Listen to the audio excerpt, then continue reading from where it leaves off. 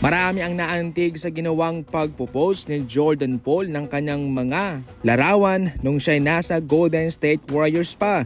Palaisipan sa ngayon kung ano ba ang gustong iparating nitong si Jordan Poole sa kanyang mga fans at sa mga fans ng Golden State Warriors.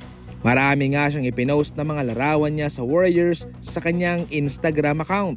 Ayon sa iba, tila nagbabawas lang daw ng mga larawan si Jordan Poole sa kanyang telepono. Ayon naman sa iba, ito isang senyales na parang gusto niyang bumalik sa Golden State Warriors sa kanyang mother team. Hindi maitatanggi na yung pinakamagandang nangyari sa kanyang career sa NBA ay nung nasa Golden State Warriors pa siya. Doon talaga siya nakilala, gumaling at nakagawa siya ng kanyang pangalan.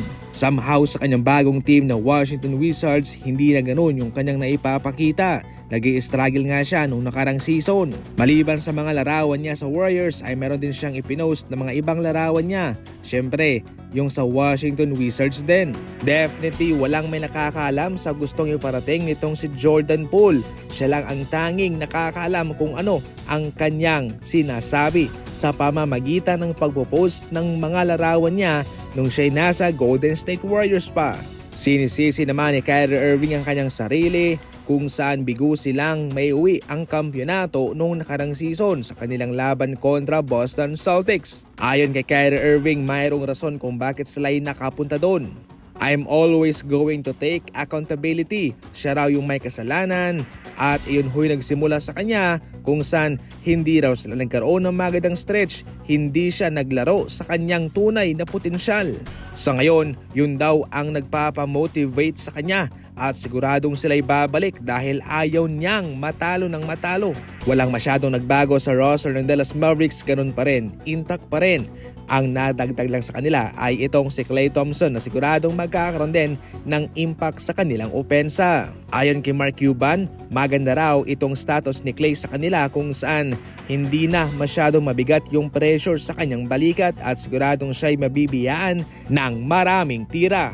Para sa inyo mga idol, makakabalik pa ba itong Dallas Mavericks sa finals? Gayong marami-rami na din ang mga malalakas na team ngayon sa NBA, especially sa Western Conference. Eto naman sa ngayon ang kasalukuyang roster ng Los Angeles Lakers. Walang gaano nagbago sa kanilang mga idol. Sila'y nawalan ng Spencer Dinwiddie and Taurean Prince at yung nadagdag lamang ay sina Bronny James and Dalton Knecht. Yung kanilang potential na lineup dito ay sina Anthony Davis, LeBron James, Rui Hachimura, Austin Reeves, and D'Angelo Russell. Kung ano yung nakikita ninyo sa larawan, yun lang ho ang mga malalaro ngayon ng Los Angeles Lakers. Subalit meron pa naman silang tsansang baguhin yan, especially yung kanilang bangko sa kalagitnaan ng NBA season. Napaka-crucial na magkaroon ka ng magandang second unit dahil magko-complement yun sa inyong laruan. Para sa akin lang, mukhang hindi na magtatagal sina Russell, Christian Wood at si Cam Reddish sa kanila. Yan lang muna sa ngayon ang ating mga nakalap na mga balita, and as always, thank you for watching.